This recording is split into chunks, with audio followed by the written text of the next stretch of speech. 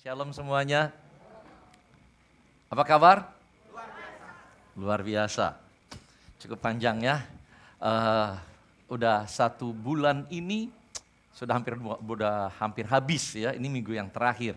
Nah, saudara masih di dalam tema vision, visi. Saudara, hari ini judul khotbah yang ingin disampaikan kalau saudara senang sebuah judul khotbah, yaitu adalah apa yang kamu lihat, itulah yang kamu dapatkan. Jadi itu bahasa Indonesianya. Maknanya begini saudara, maknanya begini. Kemampuan seseorang untuk melihat akan menentukan apa yang akan dia dapatkan. Betul? Kemampuan saudara melihat sesuatu akan menentukan apa yang akan saudara dapatkan.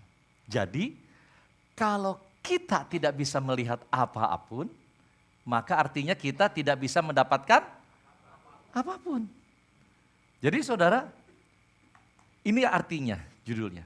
Hari ini Tuhan mau mengajak setiap kita untuk dimampukan untuk melihat apa yang Tuhan ingin perlihatkan bagi kita. Supaya kita bisa mendapatkan apa yang memang Tuhan inginkan untuk kita terima dari Tuhan. Nah saudara, saya mau tampilkan beberapa gambar untuk setiap kita, ini sebagai contoh bahwa apa yang akan kita dapatkan ketika kita melihat gambar ini. Terkait dengan judul ini, what you see is what you get. Oke, saudara siap ya? Ini gak ujian, tenang aja. Ini cuman sebagai contoh aja. Apa yang saudara dapatkan ketika saudara melihat gambar ini?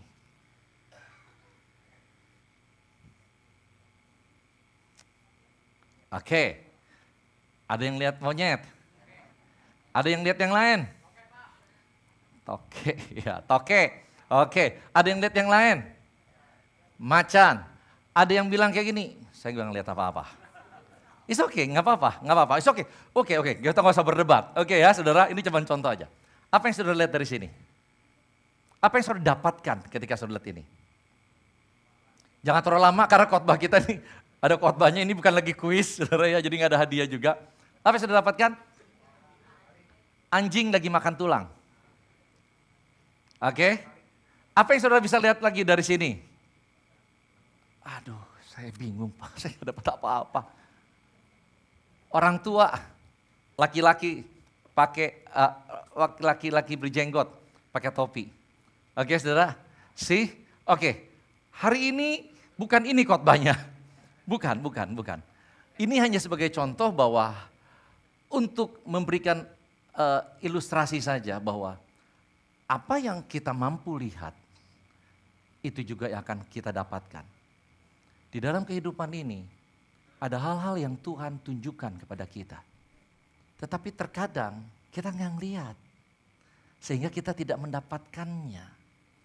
Saudara, suatu ketika, pada saat waktu kehidupan Abraham dengan Lot dalam kitab Kejadian, diceritakan bahwa pada saat waktu itu gembala-gembala daripada mereka bertengkar. Akhirnya Lot berkata begini, Abraham kita nggak bisa tinggal sama-sama lagi deh kayaknya. Udah terlalu sempit, kita mesti misah. Lalu Abraham bilang gini kan, oke, kalau kayak gitu gini deh, kamu yang tentuin. Kalau kamu ke kanan, aku ke kiri. Kalau aku ke kiri, kalau kamu ke kiri, aku ke kanan. Lalu pada saat waktu itu singkat cerita, Lot memilih tempatnya. Lalu setelah Lot memilih tempatnya, kan tinggal bagian Abraham. Lalu berkata-katalah Tuhan kepada Abraham. Saudara, menarik di sini adalah apa yang Tuhan katakan. Ada beberapa kali Tuhan berkata, lihat. Oke saudara, firman Tuhan berkata begini. Kejadian 13:14-15. Apa yang dikatakan? Setelah Lot berpisah daripada Abram, berfirmanlah Tuhan kepada Abram, pandanglah sekelilingmu dan lihatlah.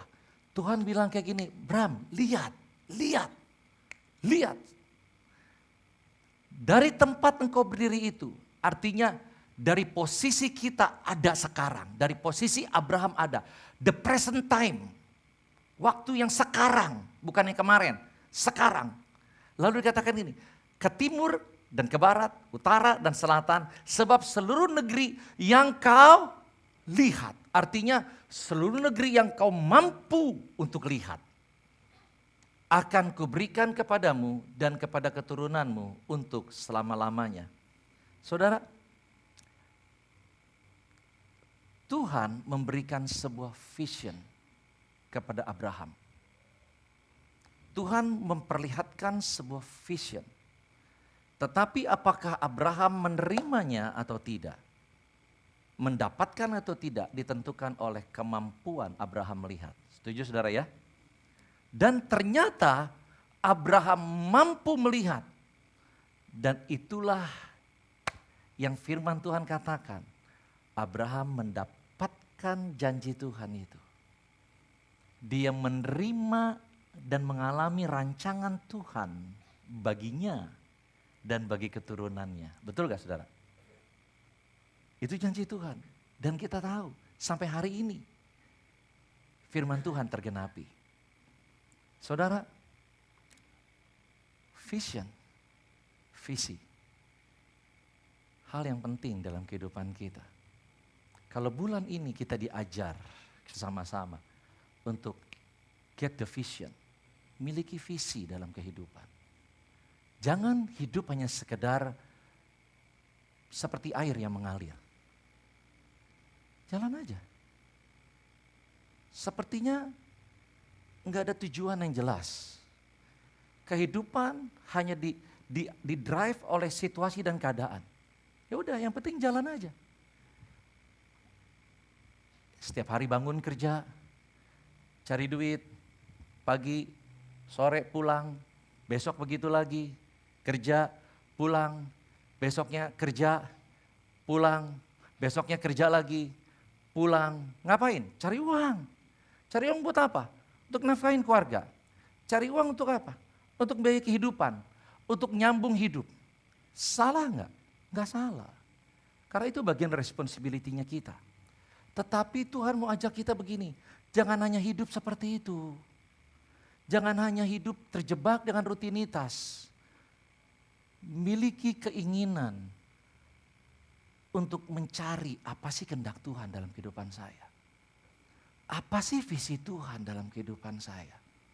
Saudara, kalau kita seperti air yang terus begitu saja mengalir, hidup kita akan terus terjebak dengan rutinitas, lakukan ini, lakukan itu, kita capek, pulang, aduh udah capek ya kayaknya udah pengen istirahat, nonton TV, udah santai, udah tidur, besok pagi bangun pagi siap-siap, lalu capek, aduh kerja capek banget ya, aduh dapetnya mana cuma segini lagi ya, aduh lalu pulang, mungkin dengan sedikit kesel-kesel, aduh nih hari kok sepi banget, nih hari kok, aduh kok dikit ya dapetnya ya, kok begini ya, aduh udah capek, udah besok pagi dah kerja lagi. Saudara, kalau kita terus begitu seperti air yang mengalir, kita tahu kemana air itu pergi.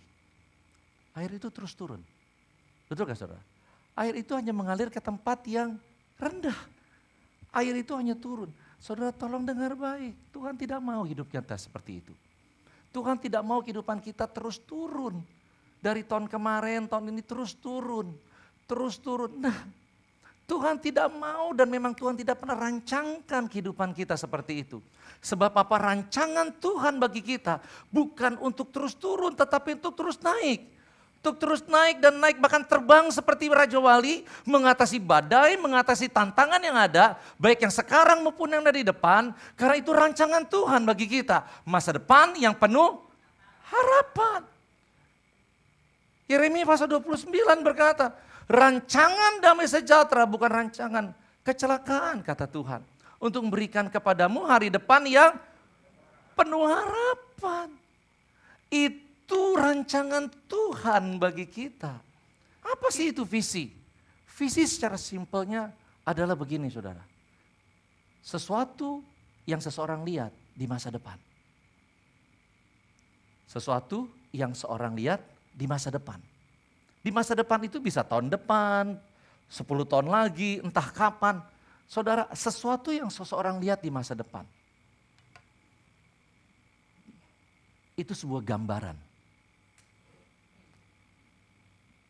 Contoh simpelnya begini saudara. Contoh simpel, yang paling simpel ini hanya untuk menggambarkan sebuah visi.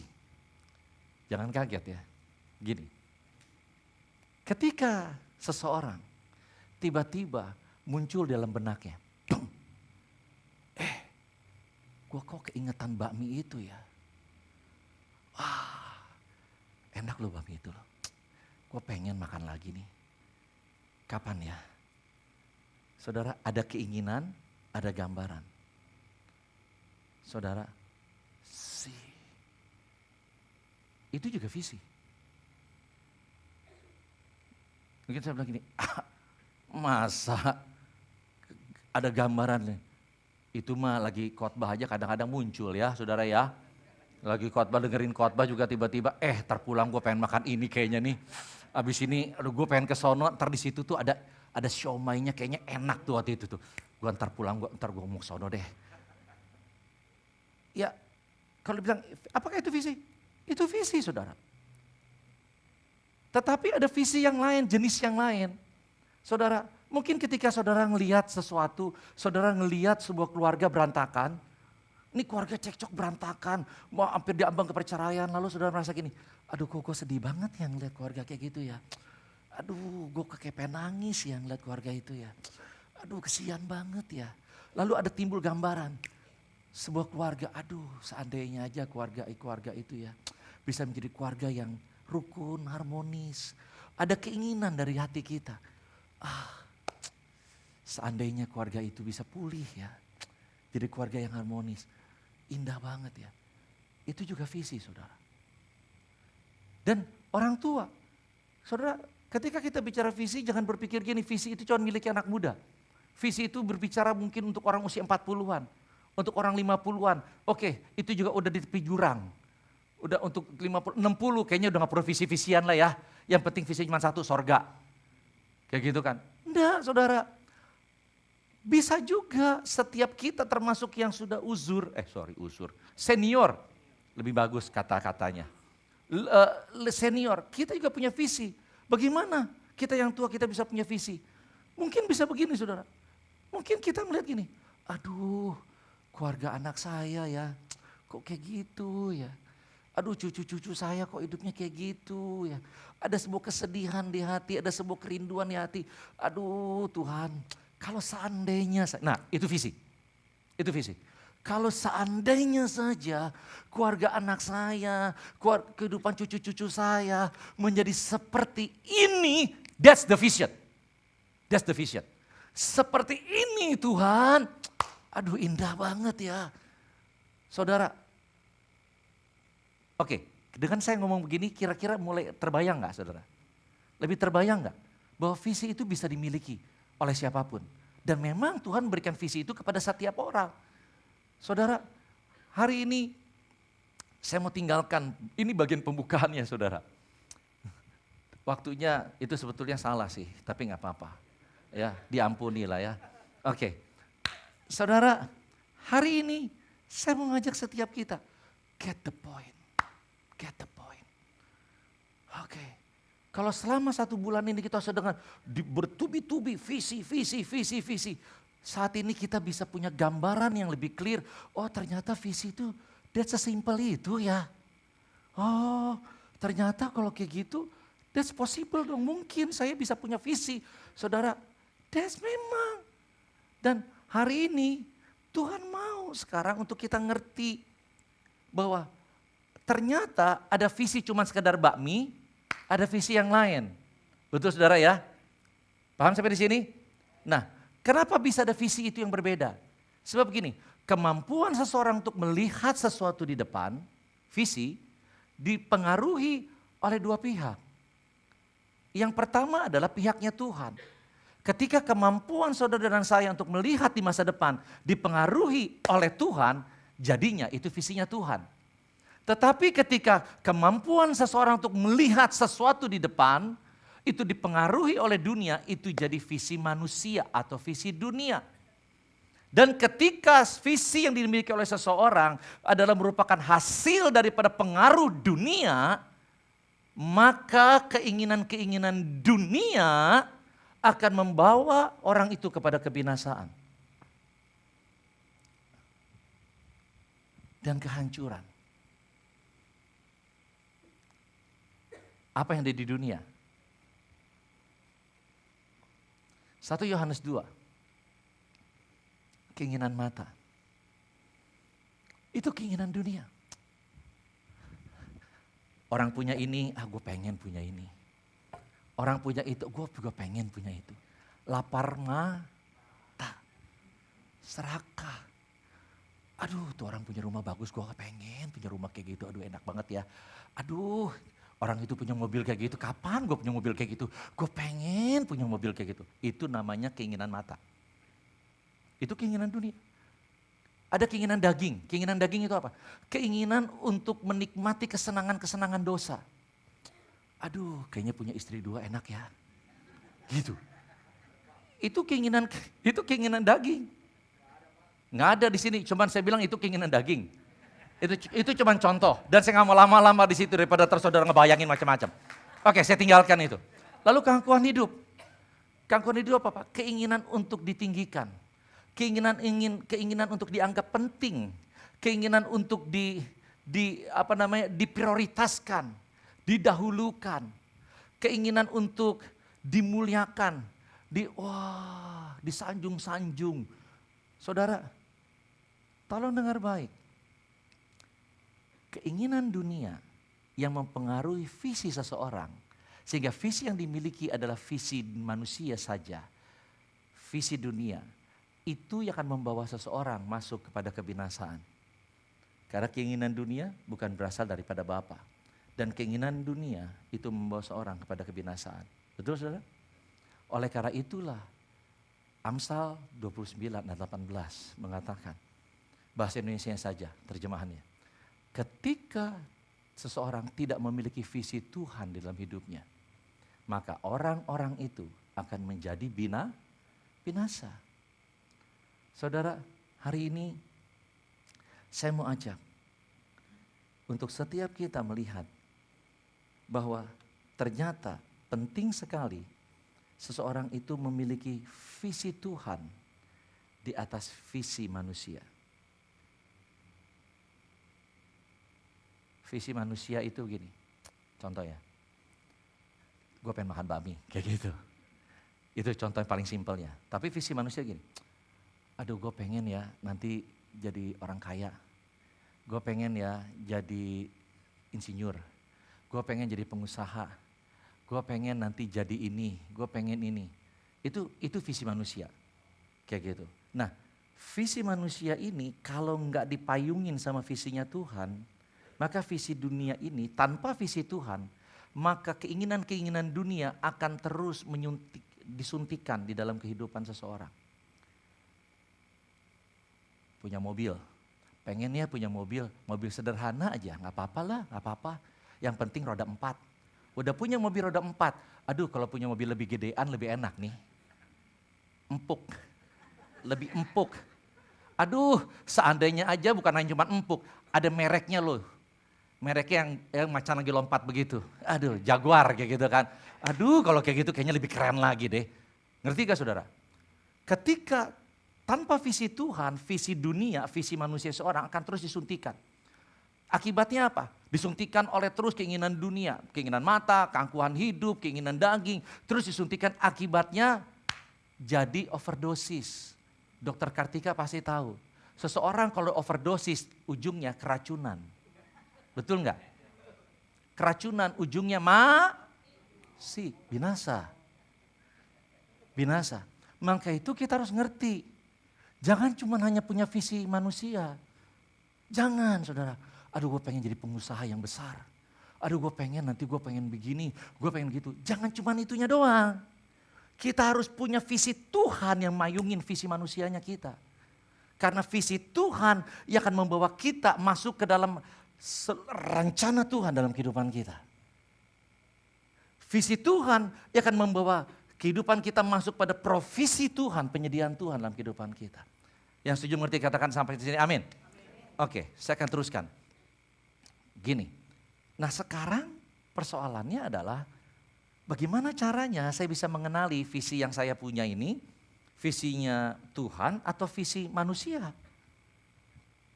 Ada beberapa cara yang kita bisa lihat. Yang pertama adalah gini, visi Tuhan itu berisi keinginan Tuhan.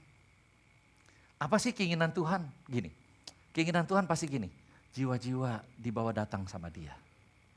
Jiwa-jiwa dipulihkan, dibangun, diperlengkapi, menjadi semakin serupa dengan Kristus. Menjadi semakin lebih baik kehidupannya, diubahkan menjadi semakin kuat di dalam Kristus. Itu keinginan Tuhan. Betul gak saudara? Nah, kalau cuma keinginan manusia doang, keinginan sendiri dan dunia, seperti apa? Ini visi manusia. Saya pengen jadi seorang pengusaha. Kenapa? Karena kalau lu jadi pengusaha enak, gak ada yang perintah-perintah. Dia jadi bosnya kan? Betul gak saudara? Nah, saudara bisa nangkep gak di sini? Saya pengen jadi profesional yang mungkin jadi dokter spesialis, jadi pengacara, jadi macam-macam kayak gitu ya. Saya pengen kayak gitu. Kenapa? Supaya saya punya banyak duit. Kalau punya banyak duit, banyak cien, bisa beli segala sesuatu. Mau beli ini bisa, mau beli itu bisa. Enak banget hidup kayak gitu. Surga di bumi, gitu kan? Itu keinginan manusia tuh saudara. Jadi gini, kalau saudara punya gambaran, saya pengen jadi ini, saya pengen punya ini, saya pengen menjadi seperti ini. Cek, why? Kenapa? Kenapa saya pengen itu? Oh karenanya itu akan menentukan sampai sejauh mana visi itu dalam kehidupan kita. Apakah hanya sejauh pada visi manusianya saja atau pada visinya Tuhan dalam kehidupan kita. Jadi kalau hari ini kita masih bentuknya gini, aduh saya belum nemu loh visinya Tuhan nih, belum nemu nih. Enggak apa-apa, artinya bukan artinya enggak apa-apa, artinya is okay begitu aja, enggak. Jangan merasa tertuduh, jangan merasa bersalah saudara. Enggak masalah. Yang penting hari ini saudara tahu dulu nih bahwa saya harus punya visi Tuhan. Jangan hanya punya visi manusia. Yang penting itu dulu. Karena nanti visinya seseorang itu akan terus growing, berkembang. Yusuf ketika pertama kali dapat visi, dia gak dapat visi yang dia katakan gini, aku tahu sekarang bahwa aku diutus Tuhan ke Mesir untuk menyelamatkan bangsa. Itu dia tahu ujungnya. Tetapi ketika awalnya dia belum tahu, enggak apa-apa. Tetapi nanti saya akan kasih tahu bagaimana caranya untuk kita bisa get the point visinya Tuhan dalam kehidupan kita. Nah sekarang ininya dulu, bagaimana caranya yang lain? Itu prioritasnya keuntungan Tuhan. Pokoknya gak apa-apa deh saya rugi, gak apa-apa saya berkorban, gak apa-apa yang penting Tuhan untung. Nah kalau yang visi manusia adalah prioritasnya keuntungan diri sendiri. Nah saudara kayak gini, bagaimana ya, saya pengen lari cepat tapi bagaimana ya, gini saudara. Keuntungan sendiri gini, ini saudara yang tahu. Ketika pada saat saudara nih jadi pengusaha, aduh saya mau jadi pengusaha, saudara jadi pengusaha nih, jebret jadi pengusaha nih. Nah saudara kan perlu nguji nih, ini visinya Tuhan atau masih visi manusia bentuknya? Kayak gitu, levelnya yang mana visinya ini? Nah saudara kan bisa tahu gini, ketika saudara berhadapkan sebuah pilihan, antara ngambil proyek ini, saudara harus korupsi dan mengakibatkan banyak orang dirugikan, tertipu, atau saudara tinggalkan proyek ini, artinya saudara akan rugi, nggak dapatkan keuntungan, tetapi kehidupan saudara memuliakan Tuhan. Yang mana saudara akan pilih? Di situ akan menentukan visi yang saudara punya, itu visinya Tuhan atau visi hanya sekedar manusia. Nah, jadi itu cara ngujinya. Nggak ada orang yang tahu, hanya saudara, Bapak Ibu yang tahu dengan Tuhan. Kayak gitu. Jadi ada orang yang berkata, gue kok bisnis kayak gini kok. Yes oke, gak ada yang tahu. Tetapi pada saat nanti satu saat dia dengan Tuhan, Tuhan akan mengobori hatinya untuk ngecek. Ternyata visinya ini masih cuman sekedar visi manusia. Belum jadi visinya Tuhan. Nah kita harus aware. Oh berarti saya harus melangkah lebih maju lagi. Cari visi Tuhan. Oke, next slide. Bukan next slide, belum. Membuat semakin cinta Tuhan dan perkara rohani. Kalau visi Tuhan itu membuat semakin kita cinta Tuhan. Tetapi kalau visinya cuma manusia, membuat kita ketika kita berjalan, di dalam menjalani visinya kita lihat gini, kok gue semakin hari semakin cinta duit ya? Apa-apa jadi semakin lebih hitung-hitungan sama Tuhan. Kayak gitu. Nah, semakin cinta uang, semakin sukanya tuh nggak perkara rohani. Ketika orang bicara gini, saat teduh, alah, kita udah 4 banget dengernya. Ngapain sih saat teduh? Saat teduh mah nanti-nanti aja. Ke gereja Allah, ibadah Allah, itu mah nanti-nanti aja. Masih ada minggu depan lagi, bulan depan, tahun depan masih ada. Udahlah, nggak usah kayak gitu. Udah semakin nggak suka dengan perkara rohani. Orang nasihati tentang firman, nasihati tentang rohani, kita begini, alah ngomong doang lu ah. Ada rasa kayak gitu. Nggak ada keinginan untuk cari Tuhan. Nggak ada keinginan untuk mendekat. Keinginannya terus kayaknya pengen jauh aja sama Tuhan. Jadi makin males sembahyang, makin males doa, makin males cari Tuhan, makin males mendekat sama Tuhan. Saya nggak bilang ini adalah pasti, tetapi ini salah satu tanda, salah satu cirinya. Kita mesti aware tuh tentang hal kayak gitu. Memuliakan Tuhan dan meninggikan diri sendiri. Berujung pada keselamatan dan berujung pada kebinasaan. Kalau visi Tuhan pasti berujungnya keselamatan diri kita dan keselamatan keluarga kita, keselamatan orang lain. Tetapi kalau visi manusia berujung pada kebinasaan diri sendiri dan orang lain. Kita tahu contoh gini ya, ada orang berkata gini, gue pengen jadi orang kaya, gue pengen jadi pengusaha sukses. Jadi pengusaha sukses, ujungnya tapi apa? Keluarganya bercerai, anaknya broken home. Ngerti ya saudara ya? Itu mesti dicek. Ini bener gak? Tapi jangan sampai kita ceknya udah sampai di ujung begitu saudara. Betul gak? Jangan sampai di tengah jalan kita bisa cek. Oke, yang selanjutnya adalah bagaimana caranya untuk kita bisa mengenal visi Tuhan. Caranya adalah begini saudara. Untuk kita bisa mengenal, untuk kita bisa tahu apa visi Tuhan dalam kehidupan kita. Kenali Tuhan, mendekat sama Tuhan, bangun hubungan sama Tuhan. Saudara, kalau saya pengen tahu apa isi hatinya Pak Awi buat saya, apa isi pikiran Pak Awi buat saya, yang harus saya lakukan apa? Terus bangun hubungan sama Pak Awi, betul gak? Kalau saya gak bangun hubungan sama Pak Awi, sampai kapanpun saya gak bisa tahu isi hatinya. Saya cuma menduga-duga doang. Jangan-jangan Pak Awi pikirannya begini, ternyata salah. Ngerti gak saudara? Jadi bangun hubungan sama Tuhan, itu satu-satunya cara. Nah kalau hari ini, tadi saya udah bilang, kalau hari ini kita bilang gini, kok gue belum ya, gue gak yakin atau gue belum tahu visi Tuhan dalam kehidupan gue apa. Gue kayaknya cuma baru taunya visi manusia. Gue pengen itu, gue pengen jadi kayak gitu. Oke, it's okay. Hari ini yang penting adalah bangun hubungan sama Tuhan. Ketika kita terus bangun hubungan sama Tuhan, nantinya kita lebih tahu, oh ternyata Ko Awi pengennya kayak gitu buat saya. Oh ternyata Ko Awi pengennya diperhatian gitu sama saya. Oh Ko Awi ternyata pengen siomay ya. Oh kayak gitu. Lama kelamaan saya bisa tahu, oh siomay yang di Pancoran. Oh makin lama saya makin tahu, oh ternyata siomay di Pancoran yang isi telur. Ngerti gak saudara? Makin lama kita makin tajam. Oh ternyata pengennya bukan cuma satu, pengennya satu panci. Oh, ngerti ya saudara? Ngerti sampai di sini? Nah, terus setelah kita nanti tahu visi Tuhan dalam kehidupan kita, itu progres saudara. Tetapi hari ini saya berharap kalau saudara belum mulai terignition, terpicu gitu. Bahwa iya ya gue harus punya visi Tuhan nih. Gue harus punya visi Tuhan. Jangan punya visi manusia, gue harus punya visi Tuhan. Oh ya caranya adalah, oh bangun hubungan sama Tuhan. Oh ternyata bangun hubungan sama Tuhan itu kegunaannya banyak ya. Bukan cuma sekedar doa tanpa tujuan. Oh ternyata kayak gitu manfaatnya ya. Ketika saya doa bangun hubungan sama Tuhan. Oh saya ngerti loh visi Tuhan dalam kehidupan saya apa. Oh bla bla bla bla bla bla. Saudara dan hari ini kalau saudara sudah ngerti visi Tuhan. Bagaimana caranya supaya kita bisa mencapai visi Tuhan? Saudara, saya kasih ilustrasi, Pak Wi boleh bangkit berdiri, di situ aja Pak Wi. Kalau itu adalah visinya Tuhan, bagaimana saya bisa mencapai visinya Tuhan? Menurut saudara bagaimana? Saya harus melangkah, jangan cuma diem. Kalau saudara dan saya kita berkata gini, saya udah tahu visi Tuhan dalam kehidupan saya tahu. Kalau saudara dan saya nggak pernah mau melangkah ke arah visi, kita nggak akan pernah mencapai visi. Betul gak saudara? Jadi apa yang mesti kita lakukan? Yang pertama adalah ini. Bikin perencanaan. Dan ketika kita bikin perencanaan, libatkan Tuhan. Tanya Tuhan, Tuhan, saya udah ngerti visi Tuhan.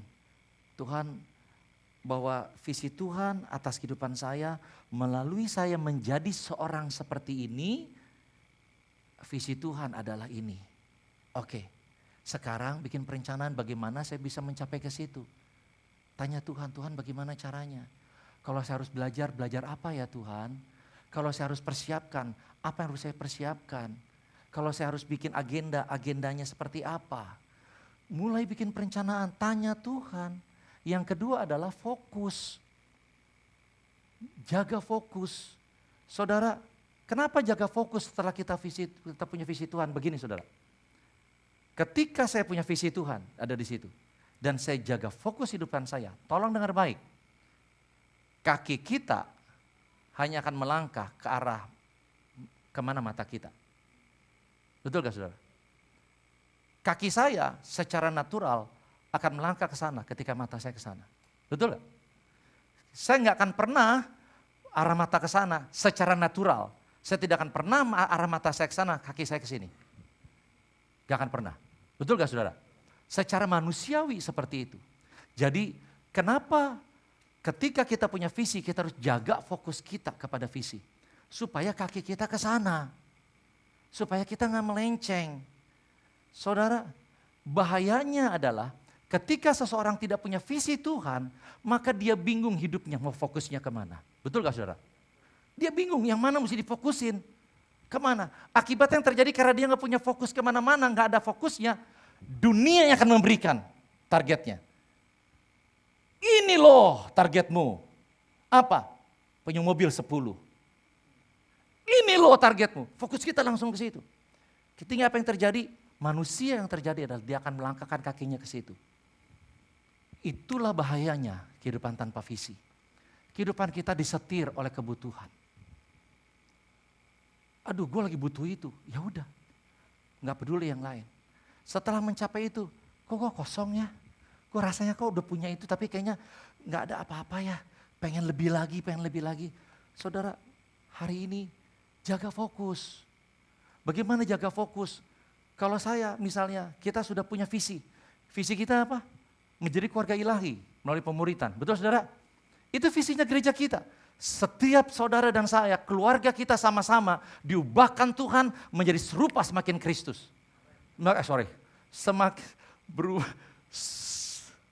Semakin serupa Kristus. Kayak gitu. Saya ada slip of tongue saudara. Mungkin saudara gak sadar ya, tapi gak apa-apa. Nanti di rekaman saudara akan baru sadar. Oke, saudara, nah itu visinya. Itu visinya, visi gereja kita. Oleh karena itu kenapa setiap tahun kita punya fokus? Kenapa tahun 2022, 2023, dan nanti 2024 kita punya fokus? Fokus kita apa tahun 2024? Membangun budaya kerajaan Allah. Kenapa kita punya fokus? Supaya setiap jemaat kita bisa berjalan kepada visi. Kalau kita nggak punya fokus, kita jalan masing-masing. Visi punya, tapi karena nggak punya fokus, masing-masing akhirnya fokusnya berantakan. Ada yang ke sono, ada yang ke sini. Pengkhotbah juga berantakan. Khotbahnya macam-macam. Kalau saudara di dalam gereja ini, kenapa saudara begini? Kok gue dengarnya kok kayak gitu. Kayaknya gue punya kebutuhan nih. Kebutuhan ini, kan gue butuh jawaban juga. Maka itu saudara, sometimes kita berikan, ada saat-saat di mana pembicara luar. Untuk kita berikan, untuk supaya juga dia bisa memberikan. Tapi kalau dia pengen bawakan visinya juga, tema daripada gereja kita, it's okay. Nah saudara, kenapa intinya? Kenapa? Karena kita mau setiap jemaat nggak hanya hidup mengalir saja. Tetapi setiap kita nggak didrive oleh kebutuhan saja. Oh gue lagi butuh nih dapat solusi tentang uang. Aduh pengen dong khotbahnya tentang uang. It's okay, nggak salah. Maka itu setiap kita harus ada di dalam life. Betul gak saudara? Setiap kita ada di dalam life. Di dalam life itulah kehidupan kita diperlengkapi secara lebih spesifik. Lebih personal. Oke, masalah kamu apa? Saya lagi masalah utang. utang, masalah duit. Oke, disitulah ada pengajaran-pengajaran tentang itu. Disitulah saudara diperlengkapi. Maka itu saudara tergabung dalam live. Ibadah raya tidak pernah bisa menjawab semua kebutuhan daripada jemaat. Tetapi di dalam gereja kita, semua kita ngerti bahwa ada sebuah fokus yang Tuhan memberikan. Kenapa ada fokus? Supaya setiap kita mencapai visi. Itu tujuannya. Bagaimana supaya kita bisa mencapai visi? Yang pertama adalah bikin perencanaan yang libatkan Tuhan. Yang kedua, jaga fokus. Yang ketiga adalah ini, tetap percaya. Saudara, visi. Aduh, kayak saya ambil contoh tadi ya, yang simple ya. Aduh, saya pengen keluarga anak-anak saya, cucu saya dipulihin Tuhan. Keadaan keluarga mereka jadi baik. Saya pengen. Saya ada kerinduan seperti itu. Ini saya ambil contoh ini yang lebih simpel saudara ya. Nah ketika pada saat kita punya visi itu. Sometimes ketika kita jalanin, kok gak berubah-berubah ya. Kok keluarga anak saya masih gitu-gitu aja ya. Kok cucu saya masih broken home gitu ya. Masih kurang ajar. Kok kayak gitu ya, gak berubah ya. Keep believe. Tetap percaya. Visi yang Tuhan berikan dalam kehidupan saudara dan saya. Ketika kita tetap percaya, kita akan melihat itu pasti digenapi. Roma pasal 4 berkata, Abraham, dia belum melihat visi itu tergenapi. Tetapi yang indahnya begini, tetapi Abraham tetap percaya. Dia tidak kehilangan imannya kepada Tuhan. Hari ini, apapun visi yang Tuhan berikan kepada kita, kelihatannya mustahil ya. Saudara, visi yang Tuhan berikan melalui saya, atas gereja ini, atas anak-anak muda. Buat saya, that's the impossible. Gak mungkin. Apa yang harus saya lakukan? Saya harus bikin perencanaan. Saya harus lakukan, saya harus jaga fokus. Saya harus hidup di dalamnya, saya harus kerjain itu. Saya harus targetkan itu. Saya harus layanin orang-orang anak-anak muda. Kenapa? Karena untuk itu saya harus jaga fokus, dengan itu saya jaga fokus. Kalau saya nggak layanin anak-anak muda, fokus saya bisa berantakan. Saya nggak lagi kepada visi. Yang saya lakukan apa? Keep believe, tetap percaya. Ketika lihat mereka, kehidupannya begini, kayak gini. Sometimes kadang-kadang ada orang yang berkata gini, kok anak muda kayak gitu sih? Kok anak muda kita di gereja ini kayak gitu sih? Mungkin seperti itu. Buat saya yang saya lakukan, keep believe. That's sometimes pasti akan terjadi genapi. Visi itu. Generasi muda akan menjadi generasi yang cinta Tuhan mati-matian. Generasi muda menjadi generasi yang jauh lebih baik daripada generasi kita. Saya sempat berkata pada anak-anak muda, kalian harus punya kehidupan yang lebih baik daripada orang tua kalian. That's minimal. That's the minimal. Harus lebih baik. Kalau orang tua kalian lakukan ini, ya harus tidak. Harus lakukan yang lain. Harus jadi orang yang lebih baik daripada minimal. Bukan orang lain di luar sana. Dari orang yang ada dalam rumah. That's the vision. Tapi itu bukan tentang percaya, tentang sekarang. Oh, jadi anak kita lebih punya banyak uang daripada kita. Ya, that's no. Mereka masih muda, nggak mungkin. Tetapi mungkin dari hal-hal yang kecil. Saudara nggak doa, dia doa. Saudara nggak melayani, dia melayani. Gitu. Mulai kayak gitu, saudara. Saya berkata, come on, guys, come on. Saudara, tetapi kalau lihat ujung mata, lihat di depan mata, jauh dari situ. Artinya bukan jauh, sorry, saya salah ngomong, cabut. Bukan, belum melihat secara keseluruhan. Baru cuma lihat 1, 2, tapi saya percaya. Saudara hari ini, keep believe. Amin.